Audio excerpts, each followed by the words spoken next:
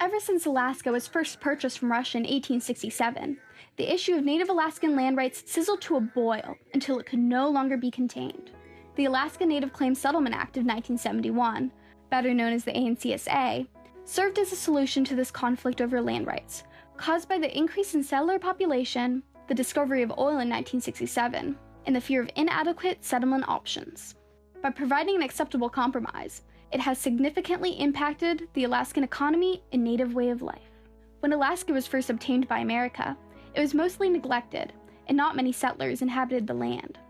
During this time period, the Organic Act was drafted to govern the fledgling territory of Alaska, but it had a significant flaw. It did not give natives clear title to their land.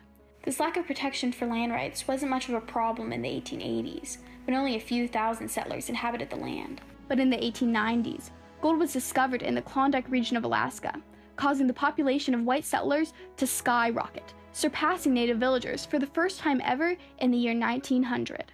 Commander of the Albatross spoke of his discussions with native chiefs.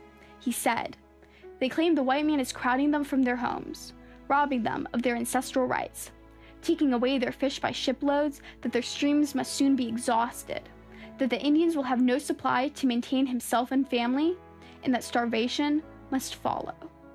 This extreme population growth was only matched in the 1960s by the discovery of oil near the Swanson River. The possibility of a new source of fuel and capital caught the interest of the federal government and numerous oil companies.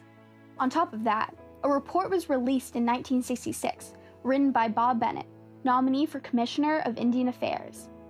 This report proposed a solution to the problematic situation of Native Americans on reservations due to unjust treaties and laws such as the Dawes Severalty Act and the Indian Allotment Act. It also provided a solution to the rising land claims issue in Alaska, stating that the Bureau of Indian Affairs would decide how to deal with the natives' dispute.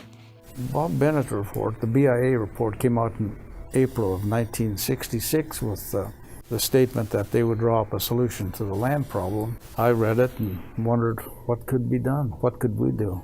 And finally it dawned on me, if we had any rights, we should have something to say about it, not the Bureau of Indian Affairs in Washington, D.C. Rising population, the discovery of oil, and now major threats of inadequate settlement options began to alarm Native leaders across the state.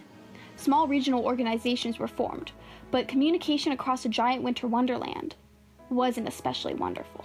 Especially when you think back to the late 60s and 70s, Alaska was a different place than it is now. This is before the internet, maybe one phone per village. During also the late 60s, you have the social upheaval across the whole United States. You have the Vietnam War, you have the rise of the Black Panthers, you have the American Indian movement, you have other social forces that really had a huge impact on the American psyche. The main way these organizations and the Native Alaskan people were able to come together was a newspaper initiated by an Inupiaq artist Howard Rock, and the efforts of Native trailblazers such as Emil Noddy, who started the Alaska Federation of Natives.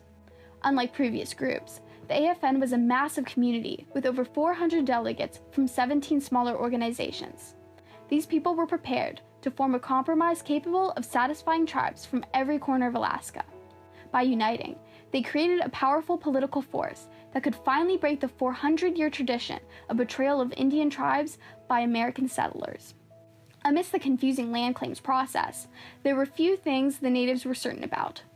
They knew that they did not want to establish reservations, and they did not want to file in the U.S. Court of Claims. We took a look at the history of the reservations in America, and it was not a very pretty picture. High unemployment, undereducation, poor housing, short lifespan, high infant mortality, and we decided that we would make our own mistakes. Filing under the U.S. Court of Claims would have taken far too long to go through. Additionally, the court did not have the power to grant title to land, only compensation for lands lost. The native tribes did not just want compensation, they wanted their land. As the selection process continued, it became a frenzy of uncoordinated claiming of land, especially after the initial discovery of oil in the Swanson River Valley. Fed up with the disordered land selection process, the AFN demanded a bill that would freeze the heated division of the state until the claims of natives were settled. In 1968, more oil was discovered in a region that soon became known as the largest deposit in North America, Prudhoe Bay. In order to transfer oil to the markets, companies needed to build a massive pipeline across Alaska. British Petroleum, as well as a small oil company called Standard Oil of Ohio, were willing to take on the expensive and politically strenuous task of constructing it. Shortly after it became known that we planned to build an 800-mile pipeline to connect the Prudhoe Bay oil field to the port of Valdez, the different tribes banded together and started a series of legal actions at the state and federal level to prevent the government from granting us permission to build the pipeline across lands that they own. Due to negotiations and the land freeze from 1967, neither the oil companies nor the state of Alaska could earn dividends on their investments. This put immense pressure on the federal government to come up with a compromise. Henceforth, Congress started to debate on a land settlement bill. Initially, Congress's solutions were not to the AFN's liking. Alaska Native delegates began to fear that they wouldn't receive enough land for their subsistence lifestyle. Our original position was 80 million acres. We dropped back to 40 million acres. We were advised to be realistic and ask for 20 million acres, and we refused to do that. If we went to 20 million acres, we'd be bargaining for 10. Even after 8 bills were introduced, a suitable solution was not found. But the Native spirits were lifted on July 8, 1970, when President Nixon delivered an address supporting the Indians' rights to their ancestral lands. Nixon, as a Republican, thought that 40 million acres was good, and when he did, the Republican Party supported him, and the Democrats decided that it was a thing to do. Afterwards, a final bill was introduced to Congress. By the time it was handed over to the president, it had provided natives with clear title to 44 million acres of land and $962.5 million in compensation, $500 million from the state and $482.5 million from the federal government, the midway point between the amount the Senate and the House bills proposed. It also established 12 regional corporations, which were eventually extended to 13, adding a corporation for natives living outside of Alaska. This compromise has benefited Native corporations by allowing them to provide dividends for shareholders and remain independent for decades. However, it has also forced many villages to have to transition into the economic world without experience or time to adapt. Corporations are designed to amass wealth, and the traditions in the Athabascan people was that wealth was not accumulated. The wealthiest person, when he got goods, would distribute them. The regional corporations, land selection, and stockholder admission all had to be completed within the first 2 years by people that were not necessarily prepared for the job. Prior to land claims, we had no experience with cumulative voting, balance sheets, annual reports. It was sink or swim. Due to a rush to entry into a new world, many village corporations, and even some regional corporations, have gone bankrupt.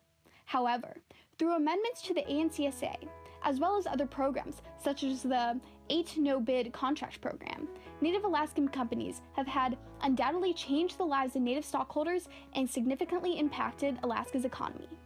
Today, Native corporations make up 21.8% of Alaska's GDP, give out over $150 million to shareholders each year, and employ nearly 500,000 people nationwide. It may not have been everything that they wanted, but what they accomplished was amazing. Lastly, the ANCSA largely benefited the U.S. oil industry, specifically Standard Oil of Ohio, by finally allowing them to construct the Alaska pipeline. It transformed the company.